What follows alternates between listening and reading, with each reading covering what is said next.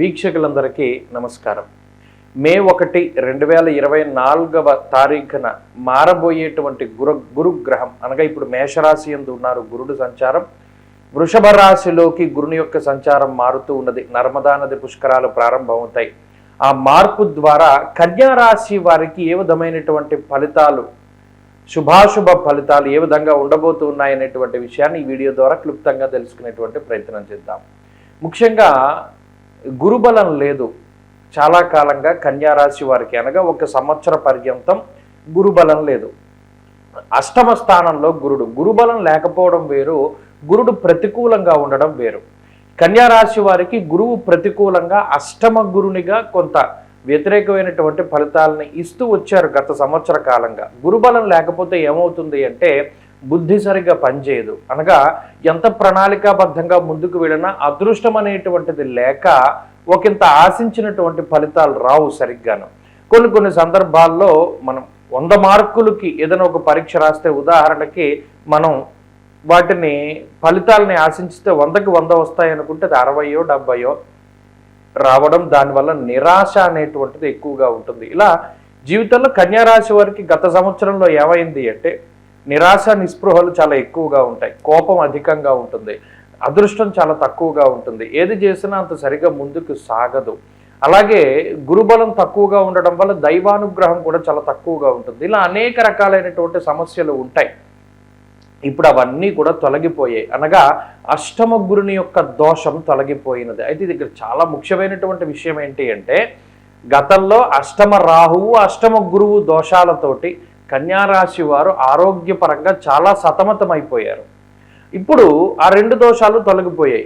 రాహు దోషం మొన్న నవంబర్ 2023 తోటి తొలగిపోతే ఇప్పుడు అష్టమ గురుని యొక్క దోషం తొలగిపోతుంది. అష్టమ స్థానం చాలా ఖాళీగా ఉండడం ద్వారా ఆకస్మికంగా వచ్చేటువంటి అనారోగ్య సమస్యలు, లేదా ఇప్పుడు బాధపడుతూ ఉన్నటువంటి అనారోగ్య సమస్యలు కానీ, ఆర్థిక ఇబ్బందులు కానీ, లేదా రకరకాలైనటువంటి ఈతి బాధలు ఏవైతే ఉన్నాయో వాటన్నిటి నుండి బయటపడడానికి కన్యా రాశి వారికి ఇది ఒక మంచి అవకాశంగా చెప్పవచ్చును. అనగా ఏదైనా భయంకరమైనటువంటి అనారోగ్య సమస్యలున్నా, లేదా చాలా చిన్న అనారోగ్య సమస్యలతోటి బాధపడుతూ ఉన్నా, అవి ఏ రకమైనా సరే చాలా తొందరగా వాటి నుండి బయటపడేటువంటి స్థితికి ఈ గ్రహస్థితి కారణమవుతూ ఉంటుంది. ఎందుకంటే గురుని యొక్క భాగ్యస్థాన స్థితి, గురువు యొక్క దృష్టి 9వ స్థానంలో ఈ రాశి వారికి గురువు సంచారం చేస్తూ ఉన్న పంచమ దృష్టితోటి కన్యా రాశిని గురుడు వీక్షిస్తారు. అలాగే సప్తమ దృష్టితోటి తృతీయ స్థానాన్ని వీక్షిస్తారు.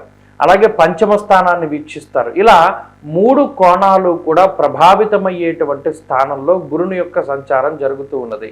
1, 5, 9 అనేటువంటి త్రికోణాలని కూడా గురుడు ప్రచోదనం చేస్తూ ఉండడం ద్వారా కన్యా రాశి వారికి ఇది అదృష్ట కాలంగా మనం చెప్పుకోవచ్చును. ఎందుకంటే లక్ష్మీ స్థానం త్రికోణంచ అన్నది శాస్త్రం, అనగా కోణస్థానాలు జాతకంలో లక్ష్మీ యోగాన్ని సూచిస్తూ ఉంటాయి.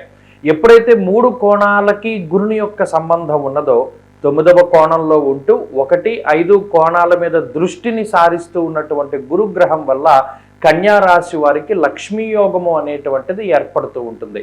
అయితే దీనివల్ల ఏమవుతుందండి అంటే శుభమూలకంగా ఏవైతే జీవితంలో ఉన్నాయో కొన్ని విషయాలు అవి శుభమూలకంగా ముందుకు సాగుతాయి. వివాహాది శుభ కార్యక్రమాలు జరగడం, సంతానం కలగడం, సంతానం అభివృద్ధిలో ఉండడం, బంగారం కొనుగోలు చేయడం, అలా లక్ష్మీప్రదంగా ఉండేటువంటివి వెండి బంగారు ఆభరణాలని, అలాగే ఇంటిని అనగా గృహయోగాన్ని కూడా ఇది సూచిస్తూ ఉన్నది. ఈ ఆభరణాలను కొనుగోలు చేయడము, ఇల్లు కొనుగోలు చేయడము, వాహనాన్ని కొనుగోలు చేయడము, గతంలో తాకట్టు పెట్టినటువంటి బంగారాన్ని విడిపించుకుంటూ ఉండడము, అలాగే గతంలో తాకట్టు పెట్టినటువంటి వస్తువులని లేదా ప్రాపర్టీస్ని వీటన్నిటినీ కూడా చక్కగా మీరు బయటికి తీసుకురావడము, అలాగే రుణబాధలు పూర్తిగా మాఫీ అయ్యేటువంటి విధంగా ఈ గురుగ్రహం ప్రత్యేకమైనటువంటి ఫలితాన్ని ఇస్తారు.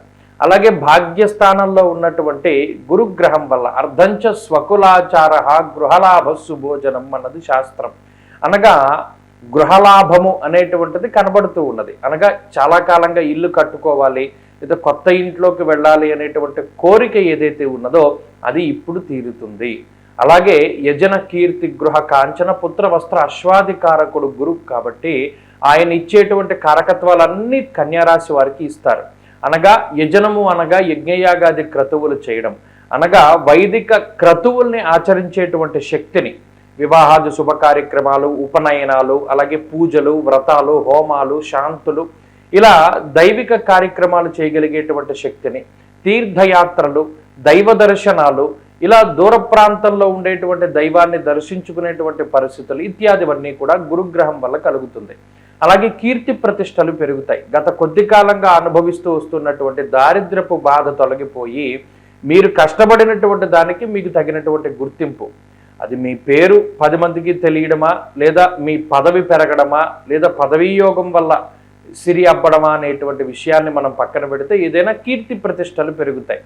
అలాగే గృహము, కాంచనము, వస్త్రములు, వస్తువులు ఇవన్నిటిని కూడా కొనుగోలు చేయడం, అలాగే సంతానం కలగడం ఇత్యాదివన్నీ కూడా గురుగ్రహం ఇస్తూ ఉంటారు. కాబట్టి మంగళదాయకమైనటువంటి ఈ గురుని యొక్క మార్పు కన్యారాశి వారికి పరిపూర్ణంగా వస్తుంది. అందులోనూ గురువు మూర్తిత్వాల్లో కూడా రజతమూర్తిగా ఆయన తన యొక్క సంచారాన్ని చేస్తూ ఉన్నారు. అనగా ఆల్మోస్ట్ ఆయన రిజల్ట్ని ఖచ్చితంగా ఇస్తారు మారిన దగ్గర నుండి. కాబట్టి కన్యారాశి వారికి ఈ గురుని యొక్క మార్పు అత్యంత ఐశ్వర్యప్రదమైనటువంటి మార్పుగా మనం చెప్పుకోవచ్చును. అంతేగాక ఈ గురుడు కలిసి రావడం ఒక ఎత్తు అయితే, ప్రతికూలించేటువంటి గ్రహాల సంఖ్య కూడా తగ్గిపోయినది. అష్టమ గురువు, అష్టమ రాహుతోటి చాలా ఇబ్బంది పడ్డటువంటి ఈ రాశి వారికి ఆ 2 దోషాలు తొలగిపోయాయి. దీంతో పాటుగా షష్ఠస్థానమందు శనేశ్వరుడు యోగిస్తూ ఉన్నారు. ఇది అమృత తుల్యమైనటువంటి కాలము. కాబట్టి కన్యారాశి వారు ఏం చేస్తారు, విదేశాలకి వెళ్ళాలి అన్నా, అక్కడ స్థిరపడాలి అన్నా, లేదా ఏదైనా గవర్నమెంట్ ఉద్యోగాన్ని పొందాలి అన్నా, లేదా ప్రైవేట్గా ఏదైనా ఒక ఉద్యోగాన్ని సాధించాలి అన్నా, ఇలా ప్రతి చిన్న విషయంలోనూ కూడా అదృష్టము, భగవంతుడు మీ వెన్నంటే ఉంటారు ఈ సంవత్సర కాలము కూడా. కాబట్టి ఈ విషయాలను చక్కగా దృష్టిలో పెట్టుకుని ఏదైనా ఒక మీ పెట్టుకున్నటువంటి జీవిత లక్ష్యాలు ఏవైతే ఉంటాయో వాటిని ఈ సంవత్సరంలో త్వరితగతిన సాధించడానికి ప్రయత్నం చేయండి. మీ ప్రయత్నానికి భగవత్ సంకల్పము, భగవద్ అనుగ్రహము కూడా తోడుగా ఉంటుంది. అనుకున్నటువంటి లక్ష్యాలను మీరు సాధించగలుగుతారు. సర్వత్రా విజయాన్ని మీరు పొందగలుగుతారు. ఈ గురువు యొక్క అనుకూలతను మరింతగా పెంపొందించుకోవడానికి మీ యొక్క గురువుల్ని ఆరాధన చేస్తూ ఉండండి. అలాగే దత్తాత్రేయ స్వామి వారి యొక్క ఆరాధన చెయ్యండి. దక్షిణామూర్తి యొక్క ఆరాధన చేస్తూ ఉండడం ద్వారా కూడా మంచి ఫలితాలని సాధించగలుగుతారు. అలాగే గురుబలాన్ని పెంపొందించుకోవడానికై గురుపాదుకా స్తోత్రాన్ని పఠిస్తూ ఉండడం, దక్షిణామూర్తి స్తోత్రాన్ని పఠిస్తూ ఉండడం, సిద్ధమంగళ స్తోత్రాన్ని పఠిస్తూ ఉండడం, అలాగే దత్తక్షేత్ర దర్శనాదులు చేసుకుంటూ ఉండడం ఇత్యాది కార్యక్రమాలన్నీ కూడా చేస్తూ ఉండండి. మరింత అనుకూలమైనటువంటి ఫలితాన్ని మీకు ఆ గురుగ్రహం అలాగే శనేశ్వరుడు కూడా ఈ సంవత్సరం ఇస్తారు. స్వస్తి.